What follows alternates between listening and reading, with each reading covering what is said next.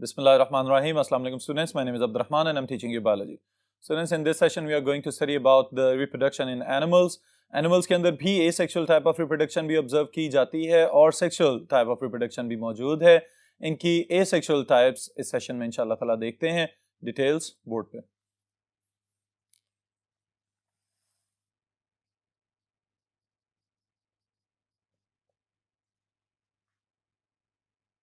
Right, students, we are going to discuss the asexual reproduction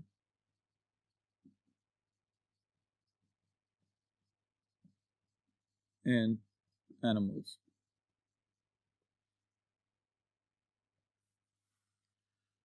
ji students, अब बुनियादी तौर पे जैसे हमने ये ऑब्जर्व किया और स्टडी भी किया कि प्लांट्स के अंदर दो तरह की रिप्रोडक्शन होती है, asexual as well as sexual reproduction. In the same way, animals have the ability to reproduce asexually as well as sexually. अब जो रिप्रोडक्शन हमें नजर आएगी सिंपल ऑर्गेनिजम्स के अंदर, इनवर्टिब्रेट्स के अंदर, दे कैन बी यूनिसेलुलर और सिंपल मल्टीसेलुलर. मोस्टली उनके अंदर asexual type of reproductions observe की जाती हैं. ऑलराइट, जिसमें हम एनिमल लाइक प्रोटिस्ट को भी डिस्कस करेंगे और फिर उसके बाद सिंपल मल्टीसेलुलर ऑर्गेनाइजेशन वाले ट्रिप्लोब्लास्ट को भी डिस्कस करेंगे.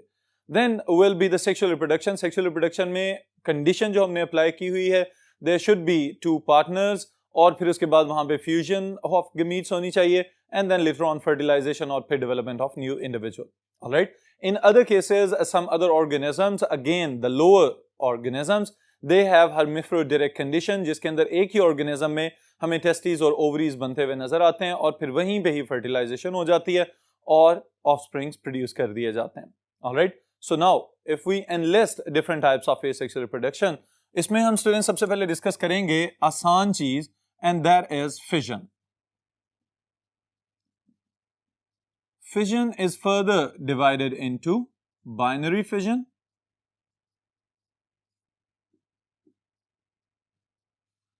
And multiple fission in animals also.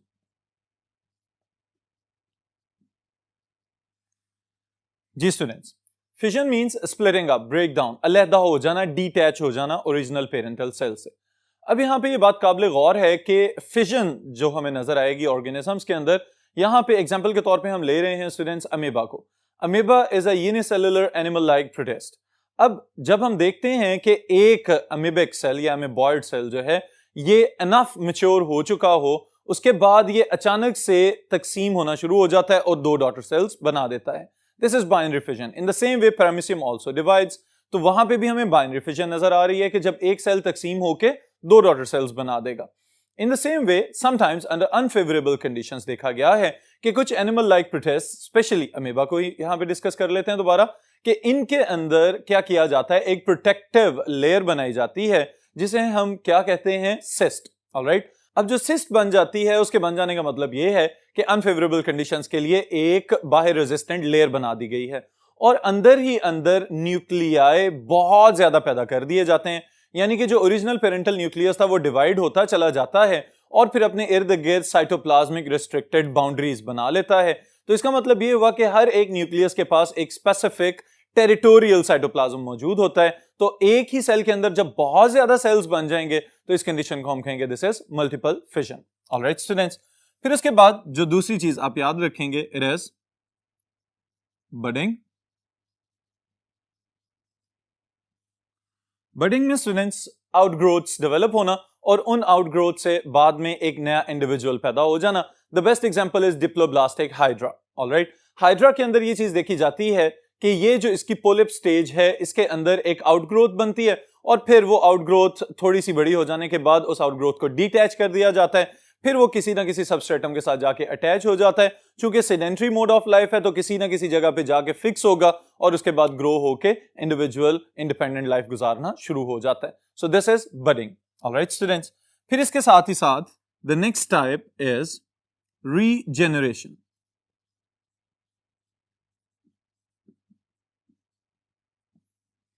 Regeneration आप लोगों को अंदाजा होना चाहिए कि it is a process to regain the lost part. यानी स्पेशली लिजर्ड्स वगैरह की एग्जांपल आप लोगों ने देखी हुई है कि छिपकलियों की जब दुम गिर जाती है, वो इनका एक डिफेंसिव मैकेनिज्म है. अपने प्रेडेटर को देखते हुए या कोई और अटैक करे या इवन के आप बाजू का अटैक करें तो अपनी टेल को खुद से डिटैच कर देती है छिपकली और फिर उसके बाद थोड़े अरसे के बाद नई दुम बना दी जाती है। This is regeneration. इसी तरह स्टारफिश में भी ये चीज ऑब्जर्व की गई।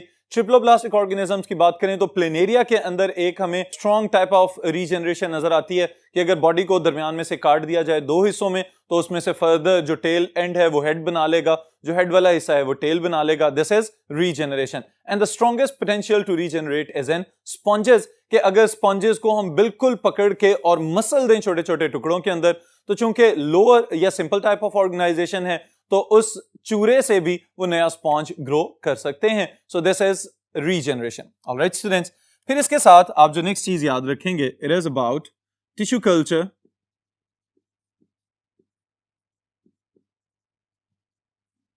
Then cloning and identical twins and triplet production. इसको बाद में देखेंगे इंशाल्लाह। अब स्टूडेंट्स यहां पे काबिल गौर चीज ये है कि जब भी टिश्यू कल्चर की टर्म हमारे सामने आती है तो फौरी तौर पे हमारी सारी की सारी कंसंट्रेशन प्लांट्स की तरफ चली जाती है कि प्लांट्स के सेल्स के पास इतनी एबिलिटी है कि एक सेल से पूरा नया पौधा पैदा किया जा सके। तो इस टोटिपोटेंसी वाली जो एबिलिटी है उसको प्लांट्स के ऊपर अप्लाई करते हुए प्लांट्स के सेल्स को निकाल के आर्टिफिशियल मीडिया के ऊपर लैब में ग्रो किया जा सकता है। तो हम ये कहते हैं कि प्लांट्स का टिश्यू कल्चर करना तो आसान है। तो क्या यह भी मुमकिन है कि एनिमल्स का भी टिश्यू कल्चर किया जा सके? यस, एनिमल्स के अंदर भी सेल्स के सैंपल्स को निकाल के लैब के अंदर डिफरेंट केमिकल्स, ड्रग्स और हार्मोन्स के इफेक्ट्स देखे जाते हैं और स्टडी किए जाते हैं। तो ये वाली बात काबिल गौर है यहाँ पे कि एनिमल्स के अंदर भी टिश्यू कल्चर पॉसिबल है। ऑलराइट स्टूडेंट्स, और फिर उसके बाद the ultimate type of the asexual reproduction, it is cloning. शुरू में सिर्फ प्लांट्स की क्लोनिंग की गई, लेकिन बाद में डॉली ने एक नया रेवोल्यूशन बर्पा कर दिया कि एनिमल्स के अंदर भी सक्सेसफुल क्लोनिंग की जा सकती है with some advantages and disadvantages. इस टेक्निक को इंप्लीमेंट किया गया और अल्टीमेटली बहुत ज्यादा प्रोडक्टिविटी में इजाफा हुआ, including plants and animals. Alright, humans की जो क्लोनिंग है इट इज स्टिल कंट्रोवर्शियल। अब स्टूडेंट्स इसके बाद एक इंपॉर्टेंट चीज आप लोगों के लिए, that is very important short question as well, it is parthenogenesis.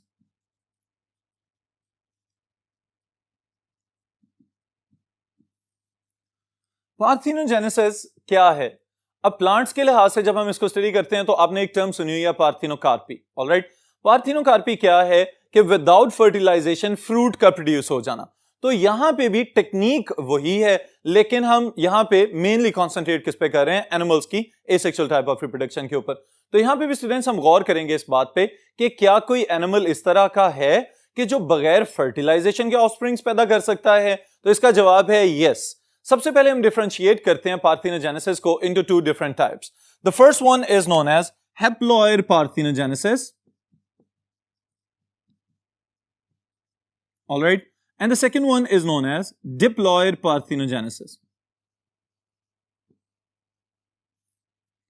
Ji students, अब ये दोनों अल्फाज जो हैं नंबर ऑफ क्रोमोसोम्स के लिहाज से तो आपके जहन में आ जाने चाहिए कि हैप्लॉइड क्या है? इस तरह का ऑर्गेनिज्म या कोई सेल जिसके पास हाफ सेट ऑफ क्रोमोसोम्स मौजूद है या सिंगल सेट ऑफ क्रोमोसोम्स मौजूद है। ऑलराइट, फिर जब हम डिप्लॉइड की बात करते हैं तो इसका मतलब यह है कि यहां पे दो सेट्स ऑफ क्रोमोसोम्स होने चाहिए that have came from two different parents. Alright, फिर इसका मतलब यह है कि अगर हैप्लॉइड या डिप्लॉइड पार्थिनोजेनेसिस अलग-अलग से हो रहे हैं तो इट इज पॉसिबल कि ये डिफरेंट टाइप्स के ऑर्गेनिजम्स में हो रहे हों। ऑलराइट, आपकी बुक की एग्जांपल यहां पे मैं कोट कर रहा हूं। For the haploid parthenogenesis Honey bees are very important, क्योंकि इनकी प्रोडक्शन में और इनके जो हाइव्स वगैरह होते हैं उनके अंदर जब हम देखते हैं जो शहद की मक्खियों के छत्ते हैं तो हमें पता चलता है कि वहां पे एक क्वीन मौजूद होती है। कुछ इस तरह की मक्खियां हैं जिन्हें हम ड्रोन्स कहते हैं, they are most probably the males. Alright, और फिर इसी तरह कुछ वर्कर्स भी होते हैं कि जिनके अंदर मेल्स और फीमेल्स दोनों पॉसिबल हैं। अब स्टूडेंट समझने की बात यह है कि ये जो एक डिफरेंट हायरार्की बन जाती है इसकी वजह से इन शहद की मक्खियों ने अपने काम बांटे हुए हैं, जिसकी वजह से हम कहते हैं कि दीज आर सोशल इंसेक्ट्स। अब ये जो सोशल इंसेक्ट्स हैं इसमें queen is the real queen, क्योंकि क्वीन को अल्लाह ताला ने यह खासियत भी दे दी हुई है कि वो अपनी मर्जी से वर्कर्स या ड्रोन्स या क्वींस पैदा करवा सके। ऑलराइट, तो इसके लिए जो कंसेप्ट हम डिस्कस करने जा रहे हैं ऑफ द हैप्लॉइड पार्थिनोजेनेसिस, इसको जरा अच्छी तरह से अंडरस्टैंड करें। सबसे पहले नंबर पे तो आप ये बात नोट कर लें कि हनी बीज के अंदर जो सेक्स डिटर्मिनेशन पैटर्न हमें नजर आता है इसको हम कहते हैं हैप्लोडिप्लॉइडी। हैप्लोडिप्लॉयडी सेक्स डिटर्मिनेशन पैटर्न।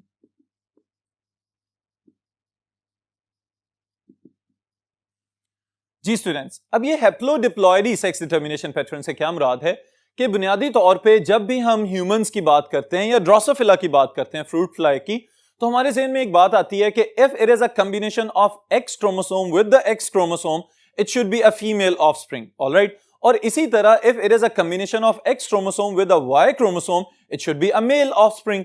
तो ये इस चीज को हम कहते हैं सेक्स डिटर्मिनेशन, इस चीज का अंदाजा लगाना कि कौन से सेक्स क्रोमोसोम के कॉम्बिनेशन से किस तरह के जेंडर वाले ऑफस्प्रिंग्स पैदा होंगे, this is known as sex determination pattern.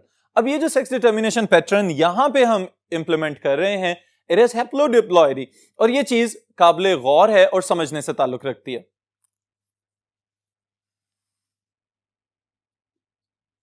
इसमें स्टूडेंट्स याद रखिएगा, पहले हम बात कर रहे हैं ड्रोन्स की, alright. Now what are drones? Drones के लिए मैं स्पेसिफिक फीचर्स यहां पे मेंशन कर रहा हूं। Drones are produced by unfertilized eggs, all right. They are haploid and they are mostly males. They have total 16 number of chromosomes.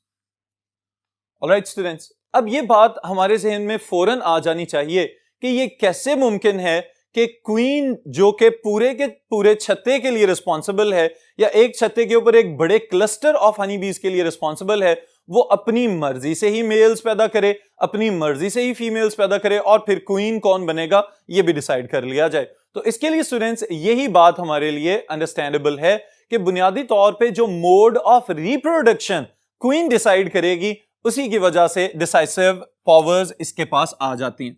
और वो क्या है कि जिस तरह ड्रोन्स प्रोड्यूस हो रहे हैं, इसी तरह हम कहेंगे कि वर्कर्स और क्वीन इटसेल्फ ये किस तरह से प्रोड्यूस किए जाते हैं। The first thing is they are produced bye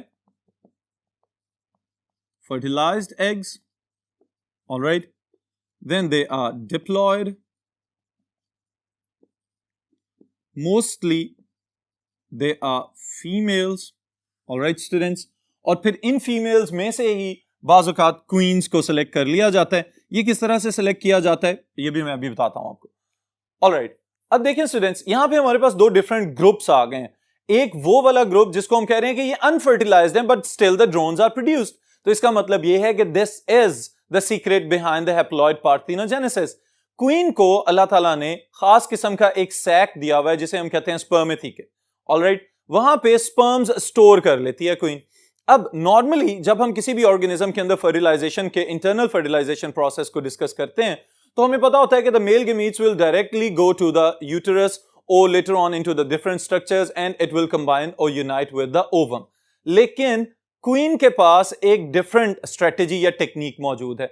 वो ये कि ये स्पर्म्स रिसीव तो कर लेती है मेल से, लेकिन उसके बाद क्वीन की अपनी मर्जी होती है कि ये एग के साथ उसको फ्यूज करवाए, फर्टिलाइजेशन को सक्सेसफुल होने दे या ना होने दे। अब यहां पे हमें पता चलेगा कि अगर तो क्वीन बगैर फर्टिलाइजेशन के हैप्लॉइड एग्स दे दे, तो इसका मतलब ये है कि all those haploid eggs that have been laid down without fertilization they will develop into the drones, alright students. फिर इसी तरह अब दूसरे ग्रुप की तरफ आ जाएं कि अगर क्वीन का जी चाहे तो वो स्पर्म्स को एग्स के साथ फ्यूज करवा दे, और स्पर्म्स के साथ एग्स जब फ्यूज हो जाते हैं तो फर्टिलाइजेशन हो जाएगी। फर्टिलाइजेशन होने के बाद जाके क्वीन का काम है कि अंडे दे देना। फिर वहां पे जो पहले से वर्कर्स काम कर रहे हैं वो दो तरह की जेली बनाते हैं, दो तरह की खुराक बनाते हैं, ऑलराइट। जिसमें एक तरह की खुराक को हम कहते हैं वर्कर जेली और दूसरी को हम कहते हैं रॉयल जेली और the queen jelly, alright students. अब ये जो वर्कर्स यहां पे पहले से जेली बना रहे हैं, ये क्या करते हैं, दोनों तरह की जेलीज बना के प्रोड्यूस कर देते हैं। फिर उसके बाद जो भी मक्खी यानी वही जो हनी बी जिसकी हम बात कर रहे हैं, अगर तो वो वर्कर जेली खा रही है तो इसका मतलब ये है कि it will become a worker for future.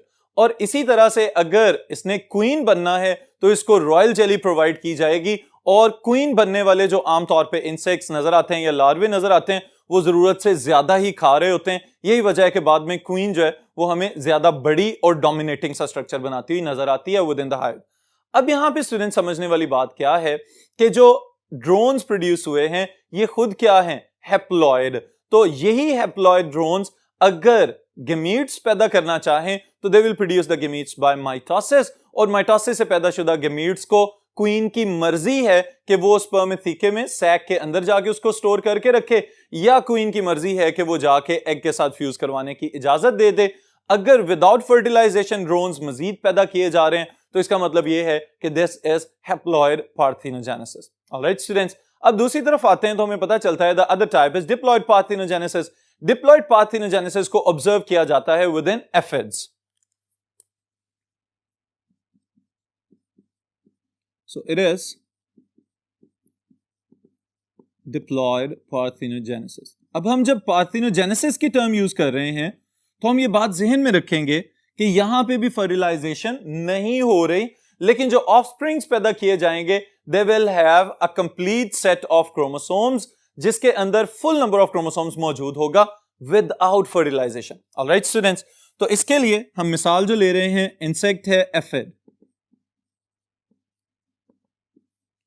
Now what are aphids, आप लोगों को याद होना चाहिए कुछ इस तरह के डिपेंडेंट इंसेक्ट्स जो कि हर्बेशियस स्टेम वाले पौधों के अंदर अपने स्टाइलेट्स वगैरह या स्पेसिफिक मॉडिफाइड माउथ पार्ट्स को इंजेक्ट करते हैं और फिर उन पौधों का सैप खुद से पी के और फिर बड़े होते हैं और गुजारा करते रहते हैं। So they are showing some sort of parasitic mode of nutrition.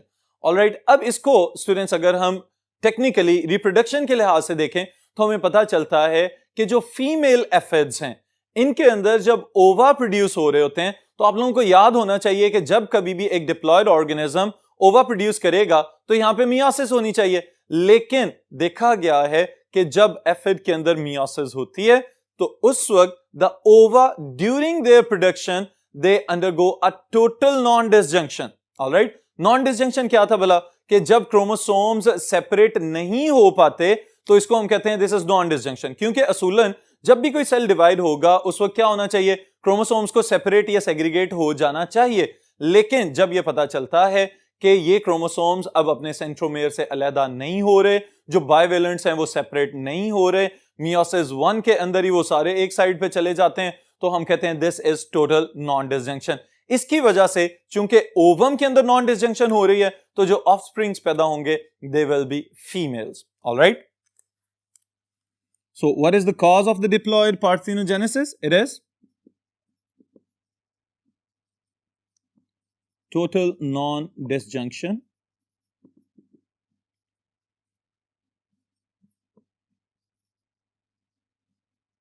of chromosomes in ova, all right, and the offsprings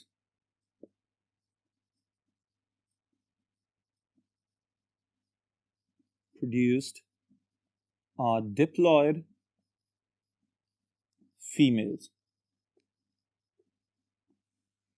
Alright students, हमारे लिए ये बात यहाँ पे काबिल गौर है कि चूंकि ओवा से प्रोड्यूस हो रहे हैं, there is no interference of the male gametes, तो इसका मतलब ये है कि यहाँ पे जितने भी ऑफस्प्रिंग्स पैदा होंगे they will be identical to the mother, तो that's why it is known as diploid parthenogenesis. यहाँ पे क्रोमोसोम्स की तादाद कम नहीं हुई, फर्टिलाइजेशन भी नहीं हुई, लेकिन ऑफस्प्रिंग्स पैदा हो गए। अब इसी तरह की एक और चीज हमें प्लांट्स के अंदर भी नजर आती है जिसे हम कहते हैं एपोमिक्सिस।